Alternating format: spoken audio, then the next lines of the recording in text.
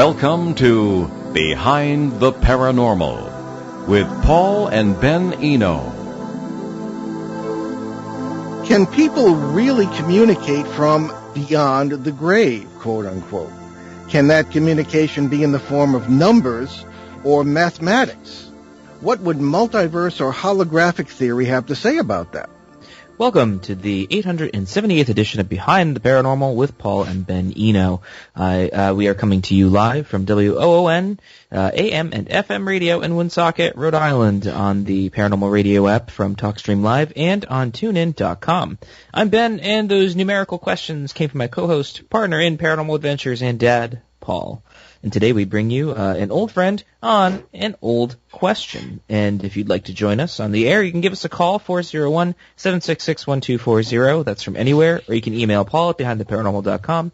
Or you can get in touch with us via various social media platforms, including Facebook or Instagram.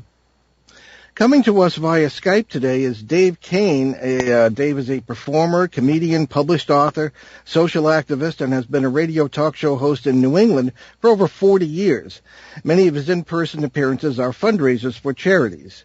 Dave's son, 18-year-old Nicholas O'Neill, was the youngest victim of the Station nightclub fire here in Rhode Island in 2003, in which 100 people lost their lives. In the wake of this tragedy, Dave became a strong proponent of fire safety awareness and the enforcement of strict laws with the administration of fire safety inspections on public buildings.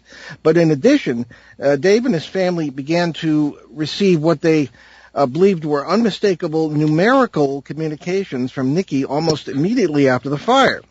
In 2006, Dave authored his first book on these experiences, 41 Signs of Hope. In this book, Dave shares anecdotes of synchronistic and at times seemingly supernatural occurrences revolving around the number 41. The book was published by our family company, New River Press and Barking Cat Books. I was the editor, and weird stuff started to happen to me. For example, the book came out to 41 chapters, totally unplanned. And Dave has a new book in the offing he's going to tell us about. Along with his other activities, Dave currently hosts a Saturday radio show, Kane and Company, on WARA 1320 AM out of Attleboro, Massachusetts. This is his first appearance on our show since he joined us on CBS Radio in June 2012. Is that possible? Wow. Dave, exactly. Dave's website. Dave Kane. Oh, sorry, I'm sorry. DaveKane.net. So, Dave Kane, welcome back to Behind the Paranormal after a long hiatus. Thank you, sir. I watched the word old when you just started that old. Oh, you're right.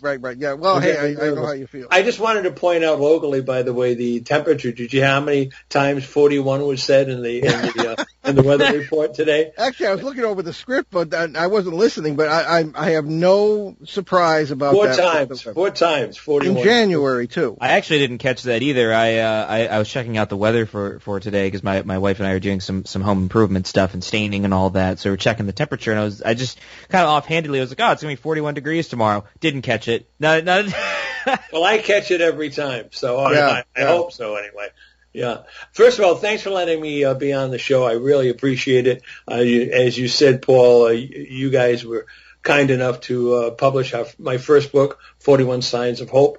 And there's another one coming up, but I guess we'll get to that. But right now, what can I tell you? Well, I guess we'll start from the beginning, because the beginning is a very good place to start. Why don't you go with the basis of your first book and your history with the number 41, from beginning to currently? Well, thank you, Julie Andrews. I'm co-hosting with Mary Poppins. Yeah, you got both of them. Well, it's very simple. The Station nightclub fire was in 2003. Nicky, my son Nicky, was the youngest victim. He was 18 years of age when he passed. 100 people died, 200 people seriously injured. Horrible tragedy. It was the fourth largest nightclub fire in the country's history. And beginning the day after the fire, we started to get signs. But let me start with the 41. 41 was Nicky's number. Like, everybody has a lucky number. It might relate to a birthday or an anniversary or some other event. Nicky didn't know why he had 41. He didn't know why he liked 41. He didn't know why he noticed 41. And he did it everywhere. He'd get in the car with me, see, Dad, look, it's 241. Or he'd see a license plate. Dad, 41, 41. We didn't know what it was. And then now we know that when Nicky passed, he was 18 and 23 days, 41. The station nightclub is at latitude 41.41. The fire call box at the station was 4414. And on the cover of my book, 41 Signs of Hope, is a sketch of Nicky. And it's from a videotape that we found a year after he passed. And in the sketch, you can see Nicky. He's about 4 months old. He has a little baseball uniform on. His mom's holding him. And he has the number 41 on the cap. And that was the beginning for us, or at least that's how we began to realize that this 41 stuff started way before Nicky was ever in that building. Wow. Wasn't there a 941 in there somewhere? That 941 was Nicky's favorite 41. We didn't know why it was. It was his favorite 41. And the January after the fire, which was, it'll be, by the way, next month is the 18th anniversary on February 20th. A year after that, we all went to Disney World. Nicky loved Disney, and so we all went to Disney World. And one of the places he liked to go was the Hoop-de-Doo Review. It's a dinner theater show. We've been there, yeah. Yeah, cowboy yeah. saloon. A lot of fun. Nick loves it. Nick still loves it because he comes with us when we go now. Yeah. And Nick's favorite 41 was 941. So we're on the boat going over to the Hoop-de-Doo Review at Disney. And as we start to get there, my wife said to Nick, "Okay, Nick, here we go, Hoop-de-Doo Review." And as soon as she said that, every light on the dock went off and went back on. She got to the ticket window and gave our receipt for the reservation. They gave us table 41. There were 9 of us in the group. So my wife Joanne came over and said, look, 941. I got table 41. And as she said that, a little boy with blonde hair went running right between us, and his mother yelled, "Nicholas!" Oh my gosh. I mean, this just went on and on, huh? It goes on constantly. I'll tell you my favorite one, because maybe this will help people. These are, Paul, these are tough to give out. And Ben, I tell these stories, and, the general consensus of people, that was nice. That's a coincidence. Oh, yeah. Several years ago, we were in Lincoln, Rhode Island, tagging a Christmas tree. Nicky loved doing that, so we do it every year. And while we were there, my wife went into a mode that she has had for many years, worrying that Nicky suffered in the blaze, that he felt the flames. She was obsessed with the possibility of him suffering and feeling the pain. And every medium we went to said to us, "No pain." When we asked them, they'd say, "No pain." When we didn't ask them, they'd still say, "No pain." We were unsolicited. So that day, we were tagging a Christmas tree, and my wife was in that mode, worrying again, and being the kind, gentle, loving husband that I am, I was screaming at her, "What's the matter with you? When are you going to get this? He doesn't want you sad. He doesn't want you crying. He's told you 1,000 times, no pain. Robert Brown, no pain. Cindy Gilman, no pain. Lisa Powers, no pain. All these mediums." And we get in the car, and she's driving, and we're going up Breakneck Hill Road in Lincoln. And for some reason, I said to her, "For God's sakes, Joanne, what do you want him to do? Put it in writing?" and as soon as I said that, a car coming from the other direction had the vanity plate, "No pain." I think I did tell you this, but you might have forgotten. Our dentist is in East Greenwich. So I went down there, and there was something going on. I think this is some years ago. I think you were about to be on the show again, or something going on. And Nicky and you and Joanne were on my mind, okay? Uh-huh. And I'm coming up Interstate 295 in Warwick, Rhode Island, and that very plate, attached to a car, of course, went right by me, past me, and pulled right in front. No pain. Ah. I mean, yeah. and it's not just me. As I say, when the book was, and I'm a professional editor. I've been for 40 years, or reporter or editor, and you know, I know how to lay out a book, and it came out logically to 41 chapters.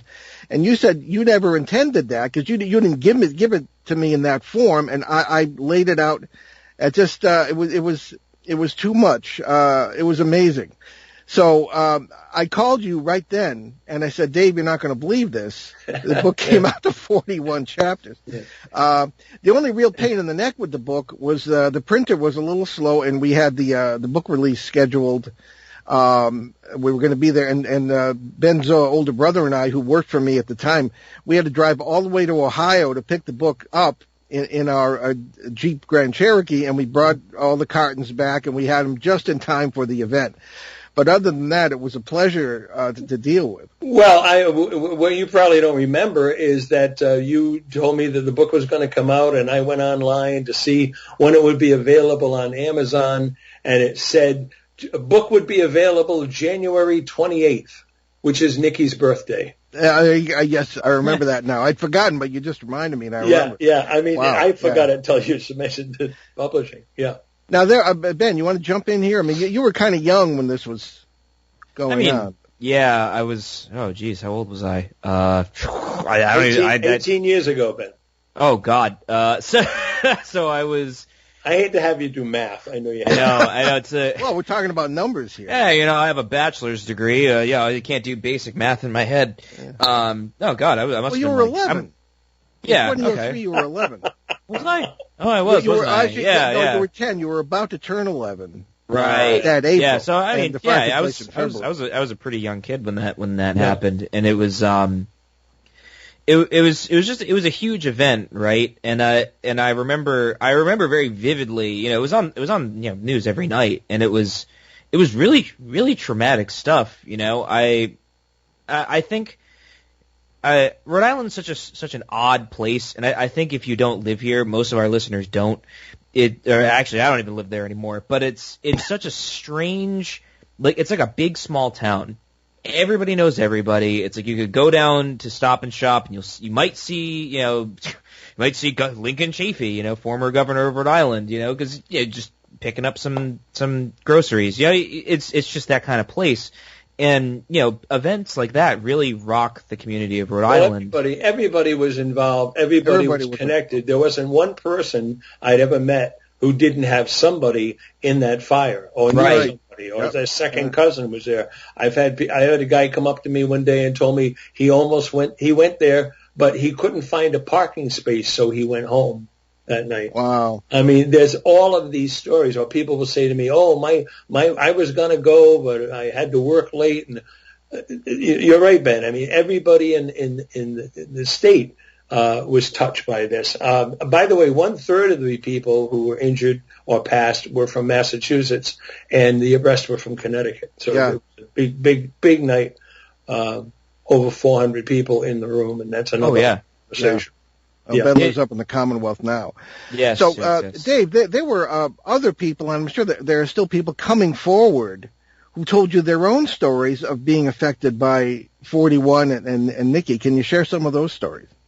Well, yeah, I've got a really good one. This is really something, and it's a little bit convoluted. You got to stay with me on this, and if you lose me, speak up, okay? All right. Yeah. As you know, I do talk radio, and I used to have a woman on. Well, her name is Susan Apollon. Susan is a writer. She's written about Nikki and a couple of her books. And she doesn't call herself a medium. She calls herself an intuitive. And she's also a psychologist. I like that. Yeah, okay. So I've had her on the air several times, and very nice lady. Susan Apollon, her name is.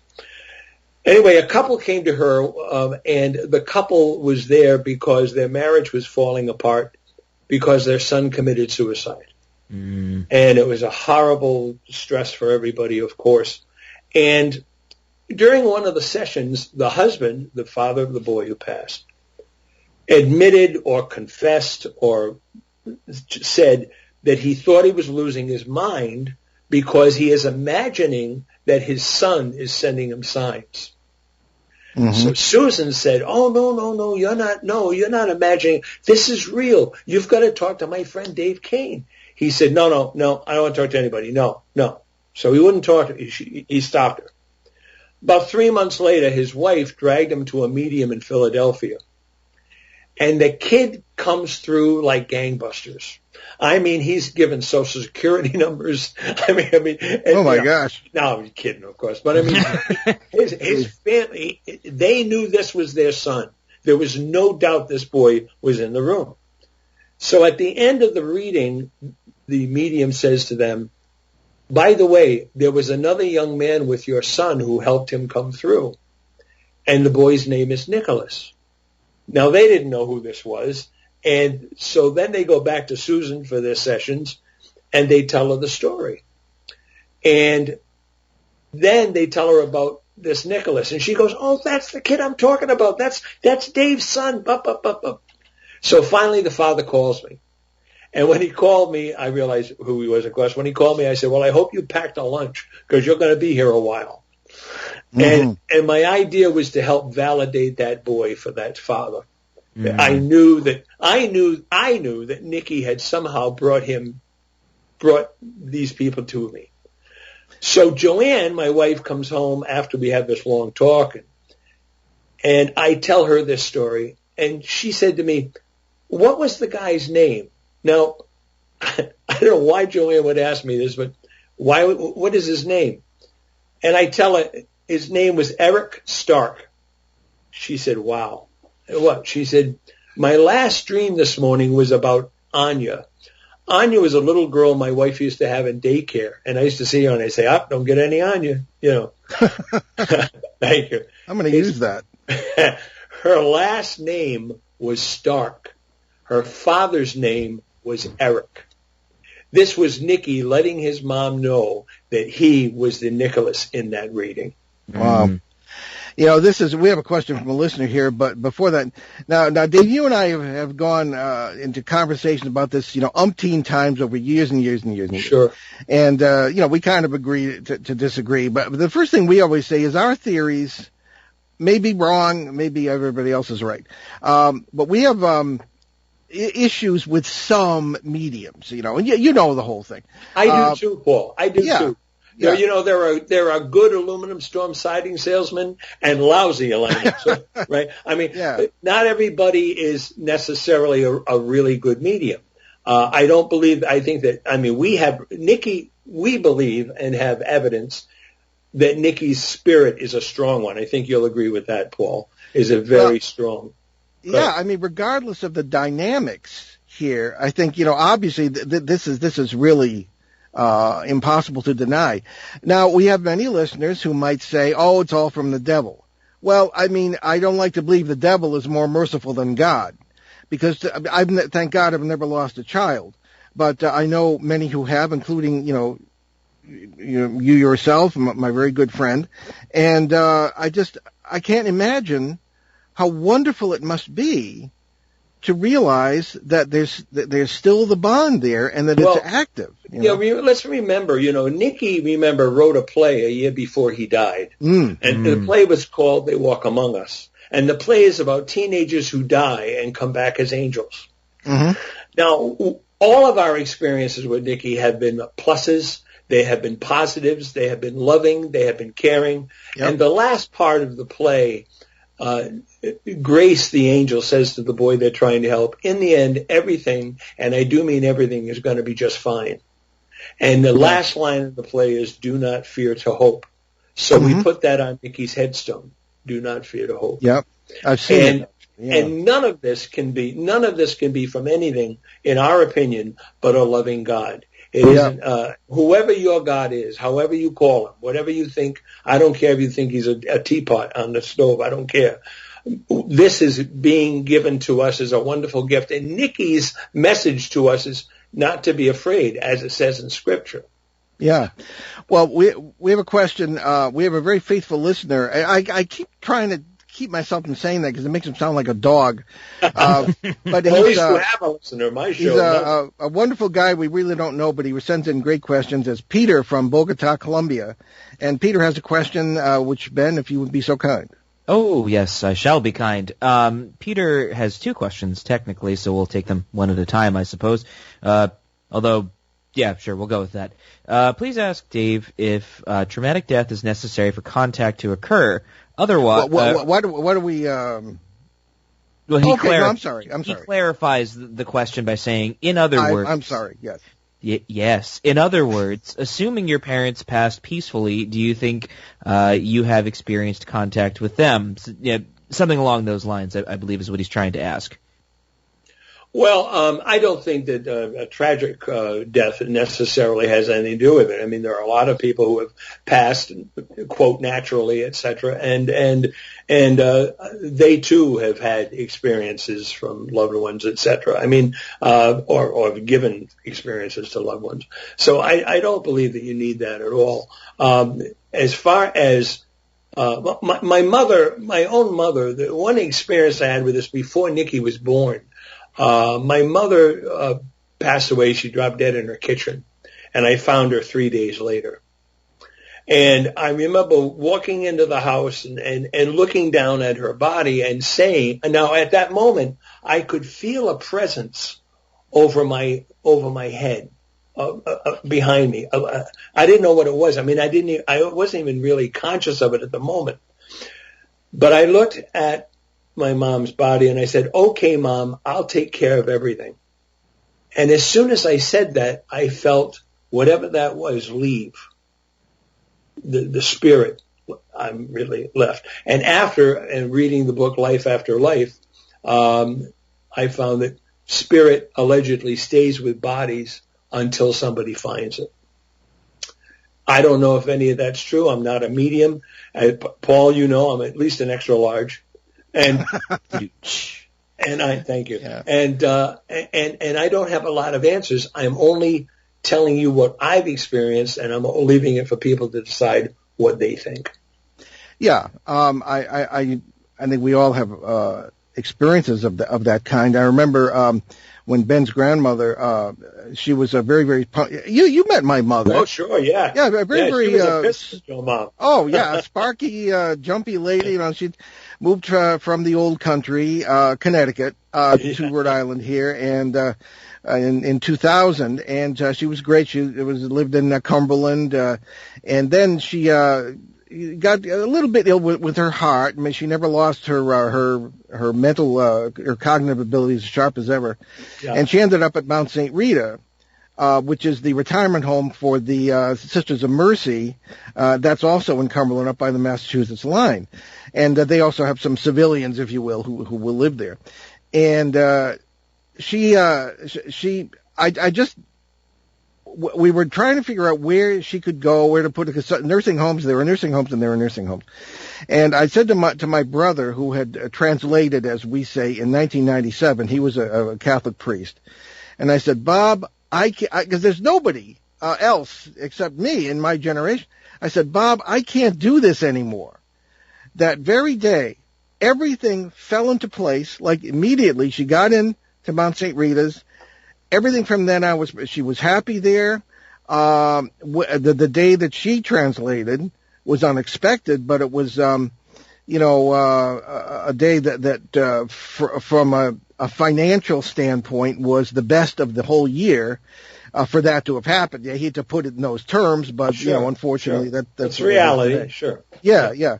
So, I think we've all had experiences like that. Again, the dynamics, I mean, we look at, the holographic theory, and of course our multiverse theory, which I think are two sides of the same coin. And I think probably the biggest, semantic disagreement that we might have is the idea of spirit, as opposed to an actual version of the person still carrying on in a physical way. But again, I mean, that's not the point. Yeah, love but that's okay with me. That's love all right is the with point. Me. Oh yeah, sure. whatever. Yeah, whatever. When I use those phrases like spirit, etc., I'm only using them to define between what we are in now. Yeah, everybody does. As opposed to them. The other thing that always bothers me, and you guys have done it today, and mediums have done it, and people in this, we say the word lost. Yeah. We talk about you talked about your mom in past tense. Yeah, you're and right. one of the things we taught ourselves to do is to speak about Nicky in present tense.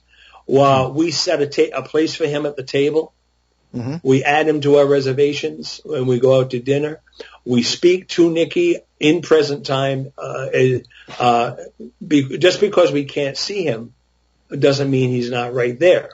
And the word lost, the only reason I would use the word lost, in my talk, Paul, I say, and Ben, I say the word lost.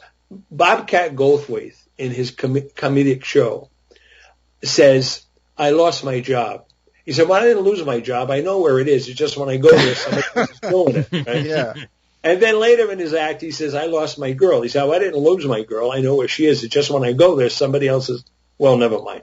And, and this is what we do. We have been brought up to talk in past tense about our loved ones, to talk, to say things like lost, and and these are the things that I've made a conscious effort personally to change that. Well, so have we actually, but you caught us kind of backsliding there, and I agree 100%. Yeah. I think it's very important to do that. I think it's very healthy to do that. We've been talking on recent shows about Albert Einstein's special theory of relativity, that everything is simultaneous. There is no past, there is no future, except in our consciousness. I can't grab it. I can't. I talk about you all the time, Paul, and in this regard, because some of it good, I hope.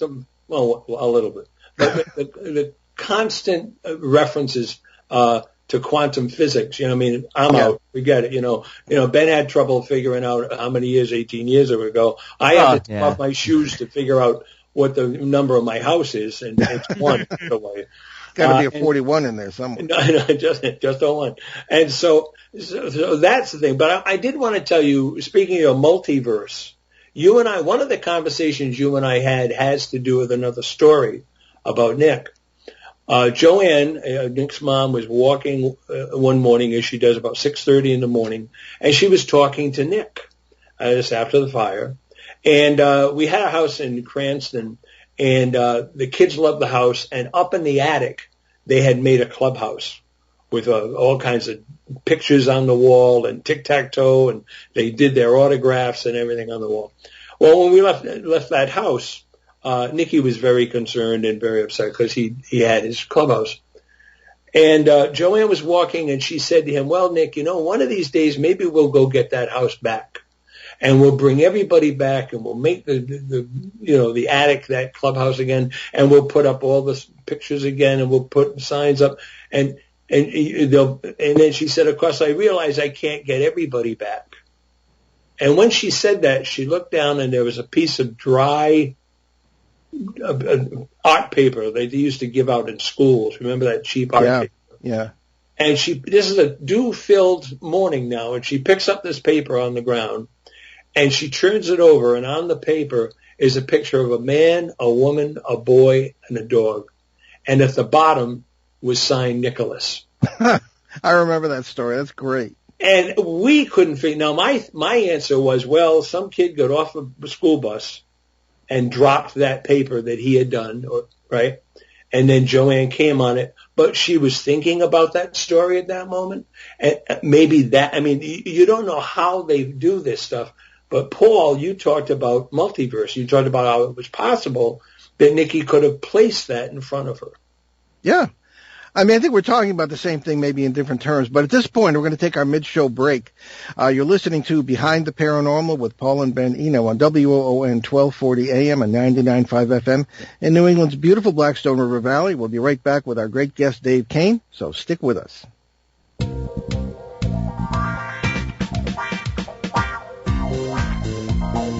The night is alive. Join us and take a walk on the weird side when you tune in to The Kingdom of Nye, hosted by Heather Wade. The finest in late night talk. Listen live free weeknights starting at 9 p.m. Pacific time at thekingdomofnye.com, talkstreamlive.com, and the Paranormal Radio app. Wanna take a ride?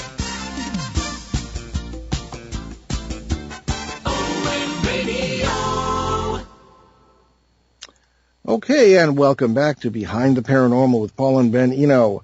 It is WOON 1240 AM and 99.5 FM, and we are talking with Dave Kane today, who has not been on the show in, 8 years, inexcusably, about... you can do basic math. That's how good I was the last time. Yeah. The amazing, well, that was on CBS too, so Yeah, it was good. Right. But anyway, we were talking about the amazing events surrounding his son Nicky and the number 41. Now, we have another question, a second question from Peter in Bogota, Colombia. So, Ben, if you'd take it away, please. Oh, before we get to that, sure. Peter started me down a fun little track in my brain. Because as you were answering the question, Dave, I realized I don't know if we ever brought this up or if we just never thought about it before. Could it be possible that, as a result of trauma, right? Because he brings up the question of, say somebody peacefully passes and they don't have a traumatic death, et cetera, that it could be a response or a coping mechanism. That doesn't necessarily mean it's not happening. That's not what I'm saying. But more it's what is needed or what is necessary to cope or mourn, right? So if somebody, translates into a new existence, if you want to call it that, however we want to speak about death in terms of the now, it's we have the ability to mourn prior to, right? We knew my grandmother, my dad's mother was kind of on the way out, so we had the ability to kind of prepare ourselves mentally, and so when it finally happened, it was the best possible timing.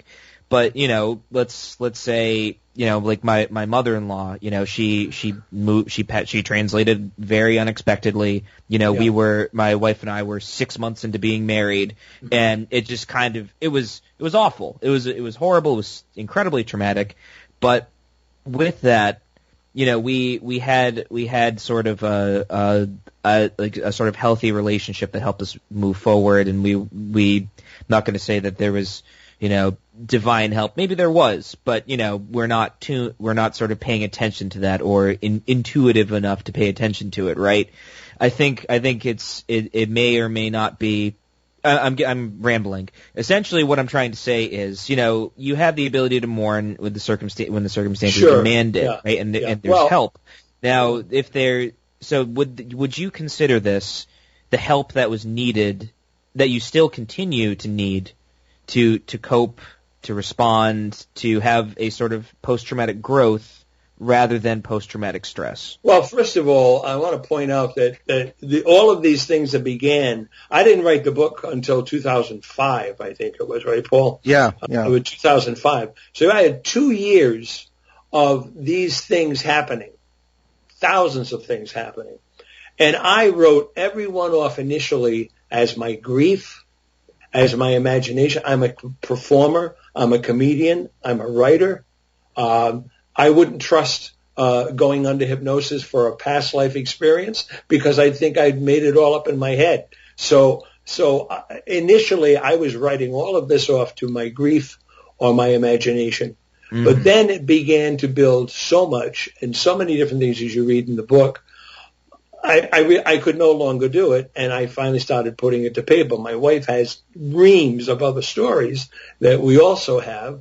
I made the book shorter because I made my point with these stories. A larger book would just be more of the same examples. So I'll tell you, there's definitely things that people have, and I'm sure they do embrace it during their grief. But in addition to that, they may not be as nuts as they think they are, and that's what's really important. Right. And my new book is just to speak to this. The first book is 41 Signs of Hope, and this book is 41 Signs of Hope, Your Stories. Mm-hmm. And we're inviting people to write to me, to send me an email. It's very simple. They can go to my website, davekane.net. It's Kane, davekane.net. And just write me a note. Tell me about your examples of something special, one, maybe one or two special that you had heard from your dad or your mom or your husband or your wife or your child. And I'm going to try to put a book together with your stories. So it isn't about Nick. It isn't about us. It's about what Nick has done that other people can do, and he wants us to be open to it and get this reward. Good. Right. Well, I mean, I wasn't trying to say you were imagining everything.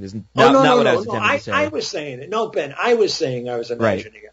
I mean, believe me, and let me tell you something else. I had a meeting with a guy, a chance meeting. Matter of fact, it was very odd.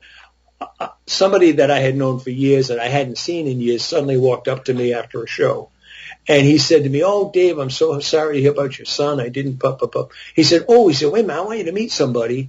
And he went and he got some guy, and this guy came back, and the guy was huge. He was a football player or something. He was the size of a small barn. He was huge.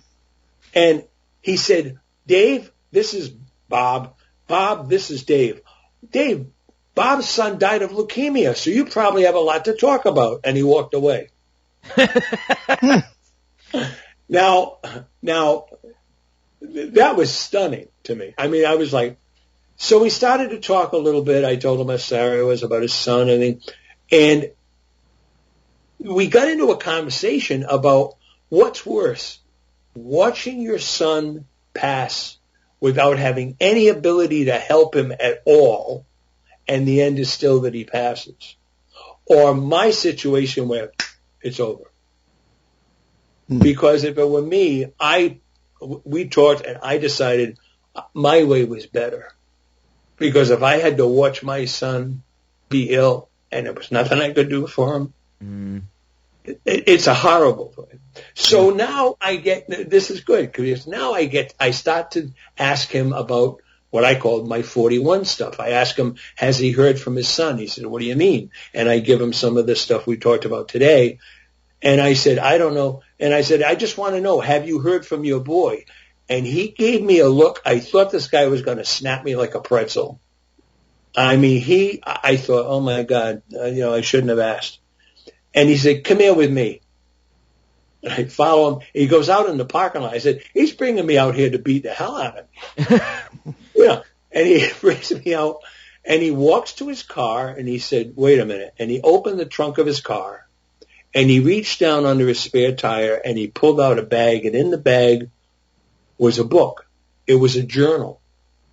And it was all the signs that he had written down that he didn't tell anybody about, not even his wife, because he was afraid he was imagining it. Wow. And after my talking with him and him getting that, he entrusted me with that knowledge and went and got this book out.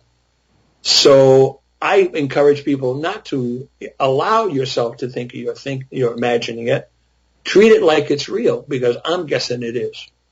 Yeah, I mean, it wouldn't be happening if there wasn't, or continually happening if there wasn't something to it, right? So essentially, that's why I wrote the book. Question, right? Yeah, right. My question leads to these events, it can break people apart, it can bring people together, and I think Nikki over there, the echo leads to bringing us together and bringing us closer where or whenever we are in the multiverse.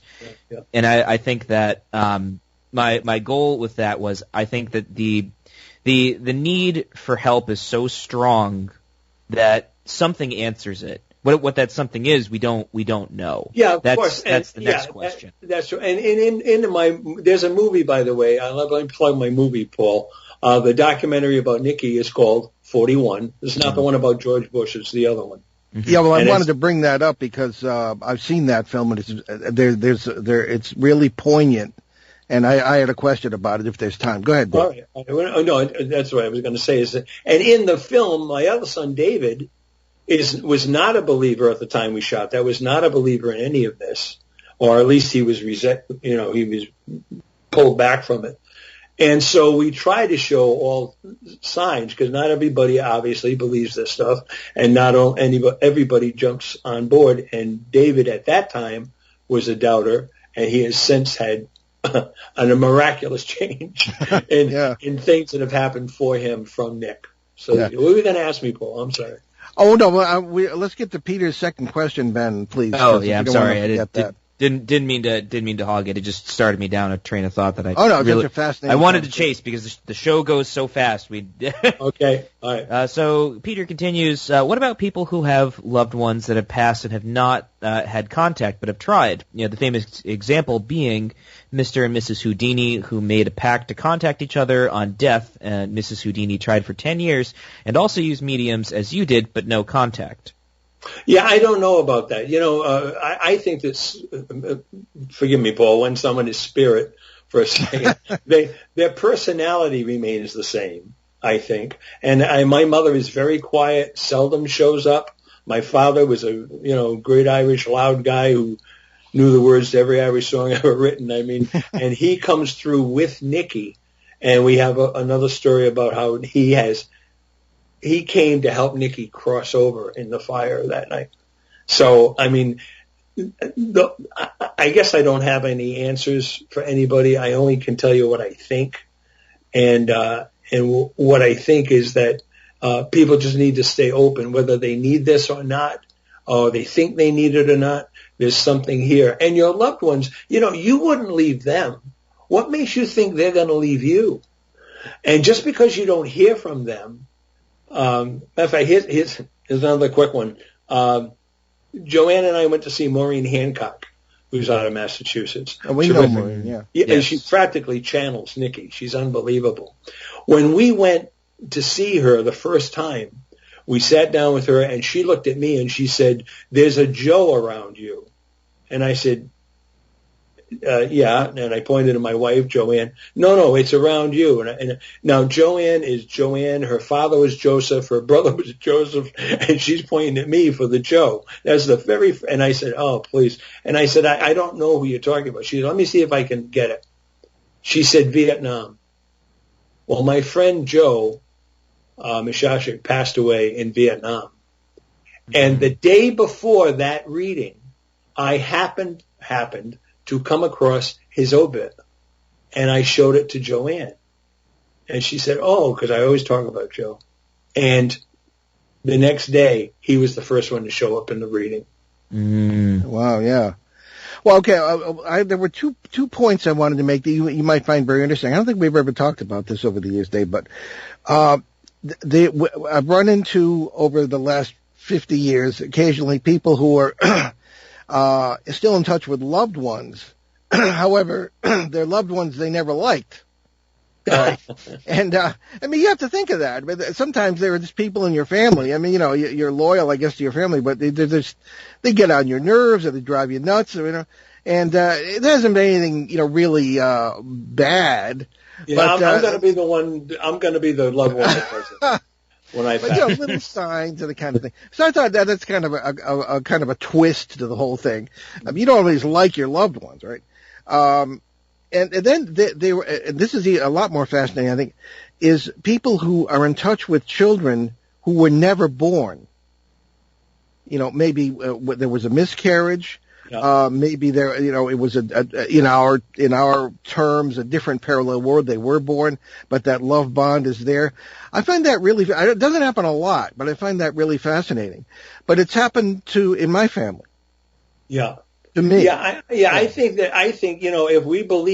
if we're talking about reincarnation, if we're talking about spirit having an ongoing existence, then it seems to me that the fact that it would be an infant here may not even pass before it even learns to speak or has any ability to take care of itself, doesn't mean that their spirit side isn't very functional and doing the right thing and growing without that situation.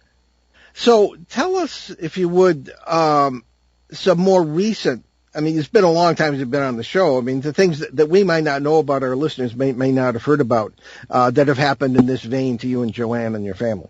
Well, they go on forever. They go on all kinds. We have gone, recently, I think it was this summer, we were driving, and it was, hot, and we're going, I think it was in Connecticut, doing a show, and we went by a bank, the bank with the big clock and the big temperature. And we go by, and the a couple of cars in front of us, I happened to notice it, and it said 85 degrees, and when we went by, it went to 41. And then went back to 85. That's quite a temperature, quite a cold front. I know it. I know it was. Yeah.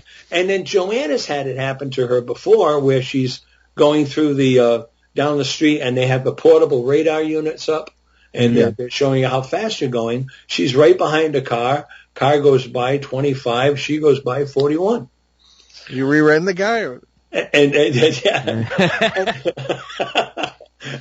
And it's really, I mean, and the temperature today, 4 times they said it was 41 today. Yeah, that's right. The point, it's important though, people, and the other thing that happens, and I don't know if this has to do with this, but after I deal with somebody, after somebody talks to me or is exposed to my story or I'll start getting notes that they are getting 41s. Yeah. Now they're noticing them, I know, and that's part of it. But why are they getting 41s? Why are these things happening just because they've heard it from me? Yeah, it happened to me. Well, okay, just to bring up the point that, any psychologist or statistician will say, if you're looking for a number, you're going to see it. Right. But I mean, being part of this whole drama, I consider myself part of this because of my own experiences. I mean, it's way beyond the statistical probability the way this pops up. I mean, I can't. And, we're trying to get more into data and stuff in our own work, but there's no accounting for this except from what you say. Well, that's the thing. I do have a story that I can tell you that's not recent, but it's a story that's very interesting. The weekend that Nicky passed, he passed on a Thursday. And the weekend that he passed, on that Saturday, my son David had an attack. He was in Emerson College, and he had some kind of attack and was taken to the hospital. And they found a birth defect that he had that they never found, having to do with one of his kidneys. It was an emergency situation, and he almost passed that weekend. I tell you this because it comes up in a second, because after Nicky passed, I was driving, and I always listen to talk radio because that's what I like. But this particular day, I was listening to music, and on the radio comes "Spirit in the Sky," Norman Greenbaum, and my windshield wipers go. And Paul, you remember my windshield wipers? Oh yeah, go, they're not even on, and they go off. And so right. My windshield wipers are going on, and I'm saying, "What are you doing? What is it, Nick?" And then I realize they're playing Norman Greenbaum's "Spirit in the Sky." Okay, so David had this operation, and I went up to bring him up to have tests after the operation a couple of weeks later. And I was driving home, and I said to him, the radio was off, and I said to him, I told him about this incident where Norman Greenbaum's "Spirit in the Sky" comes on, and my windshield wipers start going. I couldn't shut them off because they weren't turned on. Sure. Yeah. And so I tell him that story, and he says, "Oh yeah, now this is the David who, was not that into this." And he said, "Oh yeah, great." And he leaned over and turned on my radio, and like out of a movie, the announcer says, "And now by special request, here's Norman Greenbaum and "Spirit in the Sky." And the song went on, and it flipped him out. Oh, wow. It completely flipped him out. So your son went to Emerson? Yeah, he's a guy in Emerson. Oh, so did Ben. Yeah, me too. Oh, yeah, so is Chris. Chris has got his master's at Emerson. Oh, really? He got one. He has 3 masters, but he got one of his masters at Emerson. Oh, wow. Yeah. Emersonians everywhere. On the movie 41, we're almost out of time here, but on the movie 41, which I think is very well done. Now, it was Christian D. Resendiz was the director, is that? Okay. He was the cinematographer, videographer, excuse me, okay. And editor, and they edited it together, and they put it all together. He and our son, Christian, the 2 Christians did it. Okay. All right. Christian there was a very poignant section that affected me where before the fire occurred, Nick seemed to draw into, and correct me if I'm wrong, but he seemed to kind of draw into himself. It was very pensive and almost a foreboding seemed to be there that something was going to happen. Is that really affected me? I don't know if you... Me too. Yeah, yeah. So, he was, we had just moved, there was a new place and things were going on and he was, Right. It was just very odd. And he was more subdued than normal. Nick was a hail fellow, well met. He was a wonderfully happy boy and still is. But at that time he was really foreboding. The night before the fire, Nicky gave his guitar to his girlfriend Gabby. Mm. The night before the fire. That means something, yeah. Now, I don't think that he consciously knew, obviously, that there was going to be a fire or that was going to happen, but something just said to him, I'm going to give this to Gabby. So he knew, and I think a lot of people know, on some level, they know their time is coming. Yeah. They know something's going to happen. They may not know what it is, but they know they're waiting for that other shoe to drop. Yeah, right. Well, Dave, we're just about out of time. Give us again your website and very, very simple. Dave Kane, KANE.net. And okay. Just come on there. You'll see an opportunity to send me some stuff. All my contact information is there, and it's going to be 41 Signs of Hope, your stories. And I want to thank you, Paul, and your family and everybody for making this book, the original book, possible. Because without you, this story wouldn't have been told. And well, thank you, Dave. That was an honor. And people are welcome to contact you because you have a support group, I believe. Yeah, we have all kinds of things we can have. Forever Family Foundation is another organization that helps to teach people that they're not crazy, they're not imagining it, their loved ones really are saying hi. Okay. And what's your email again? Dave Kane. Well, just go to davekane.net. And Okay. my email's on there because the email's longer. But just davekane.net. Okay. You go on there. The email is dkane411@verizon.net. Okay. Ben, any final points here?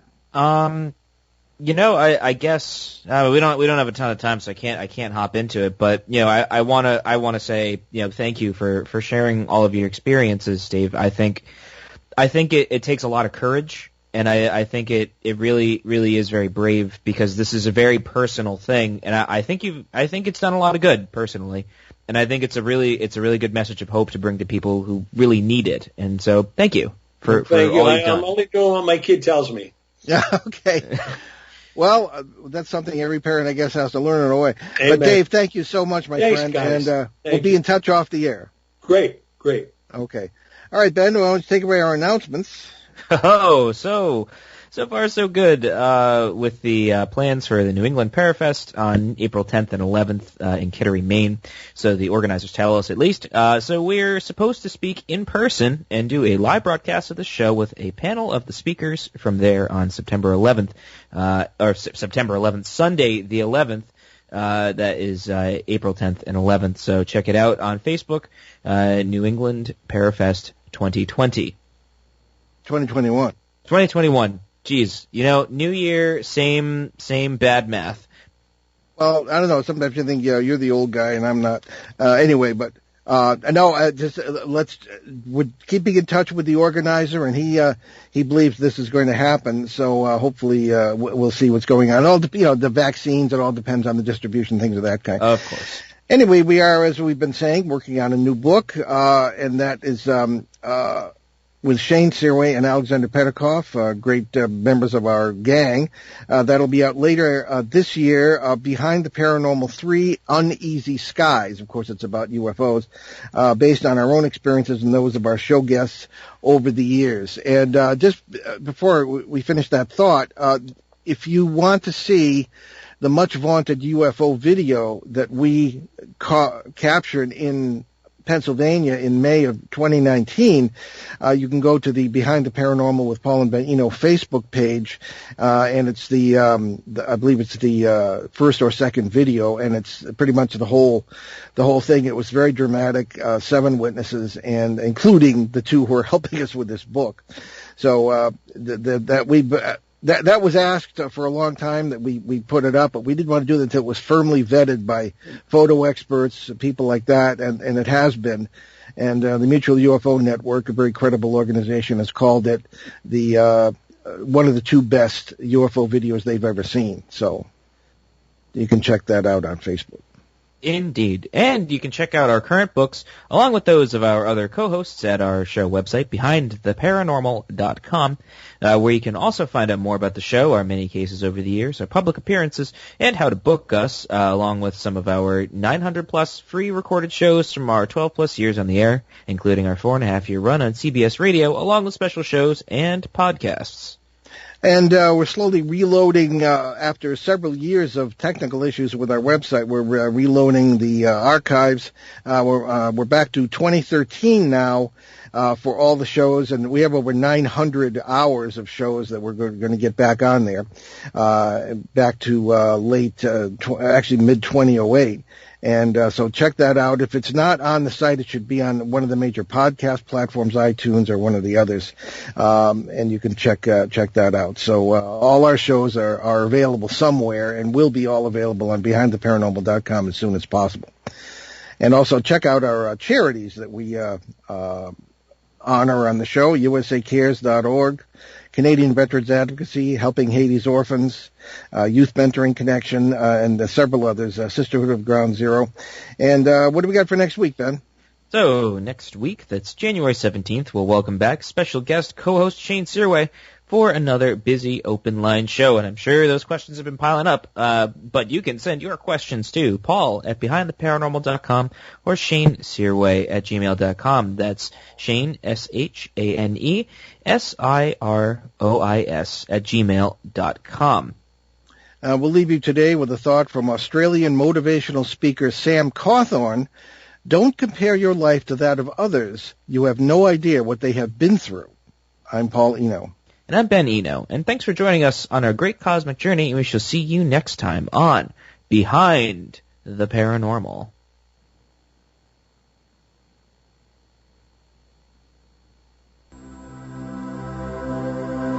Return to this radio frequency 167 hours from now for another edition of Behind the Paranormal with Paul and Ben Eno.